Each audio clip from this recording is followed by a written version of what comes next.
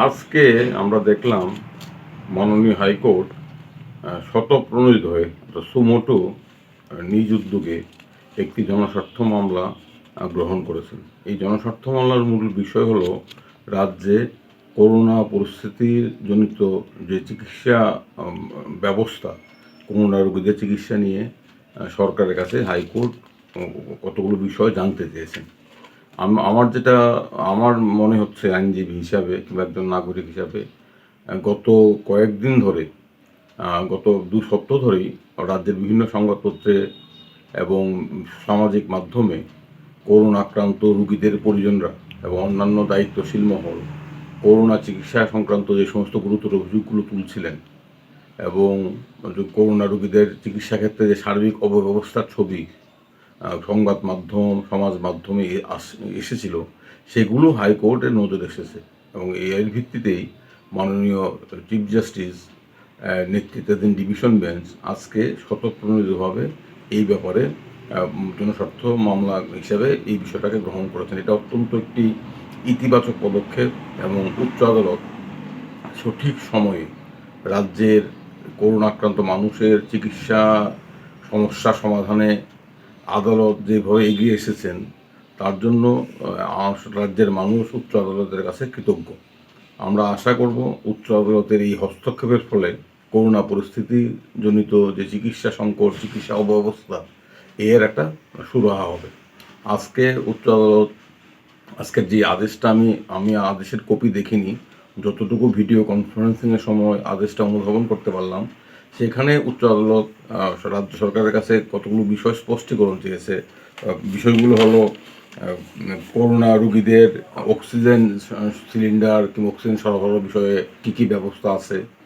দ্বিতীয় হলো যে রোগীর পরিজনদের সাথে চিকিৎসকদের যোগাযোগ, কমিউনিকেশন গ্যাপের বিষয়গুলো এইটা দূর করার জন্য রাজ্য সরকার কী ব্যবস্থা নিচ্ছে এবং করোনা রোগীদের ট্রিটমেন্ট প্রটোকল, এটা কি, কোন ধরনের ট্রিটমেন্ট প্রটোকল নেওয়া হচ্ছে, ডাক্তার, সেবাকর্মী, অন্যান্য যারা করোনা চিকিৎসার সাথে যুক্ত তাদের সুরক্ষার জন্য কী কী ব্যবস্থা নেওয়া হয়েছে এবং ডিস্ট্রিক্ট ওয়াইজ বিভিন্ন জেলা হাসপাতালগুলোতে করোনা চিকিৎসার কী পরিকাঠামো আছে এবং ফান্ড, করোনা চিকিৎসার তহবিল কী ফান্ড অ্যালোকেশন হচ্ছে, কীভাবে কোন খাতে টাকা পয়সা খরচ হচ্ছে, এই সমস্ত বিষয়গুলো রাজ্য সরকারের কাছ থেকে হলফনামার মাধ্যমে জানতে চেয়েছে।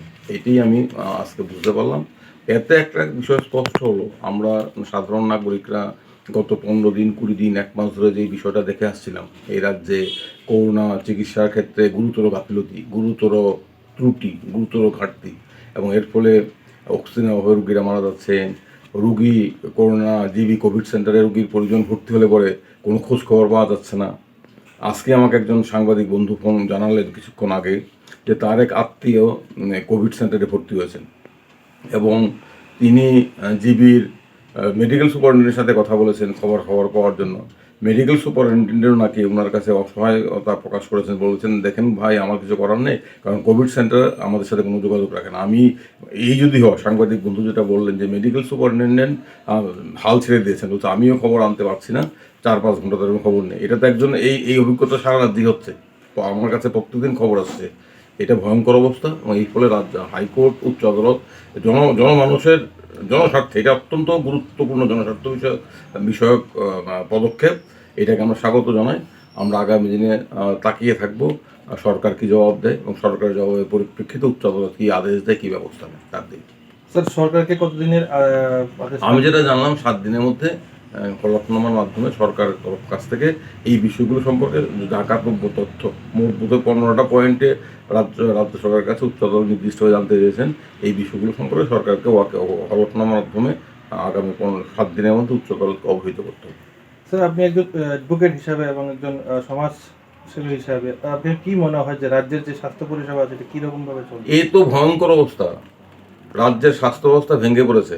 এই করোনা পরিস্থিতির জন্য এই যে 170 জনের মতো লোক মারা গেল এবং অধিকাংশ মৃত্যুই এড়ানো যেত যদি আমাদের আগরতলা জিবি কোভিড সেন্টারে উপযুক্ত পরিকাঠামো থাকতো।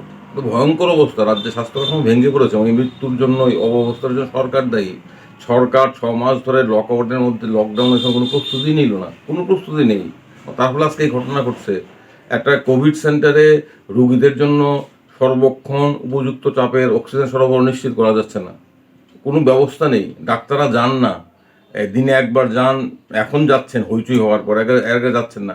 ইতিমধ্যে সিনিয়র ডাক্তাররা দায়িত্ব নিচ্ছেন না শারীরিক কারণে, বয়সজনিত কারণে।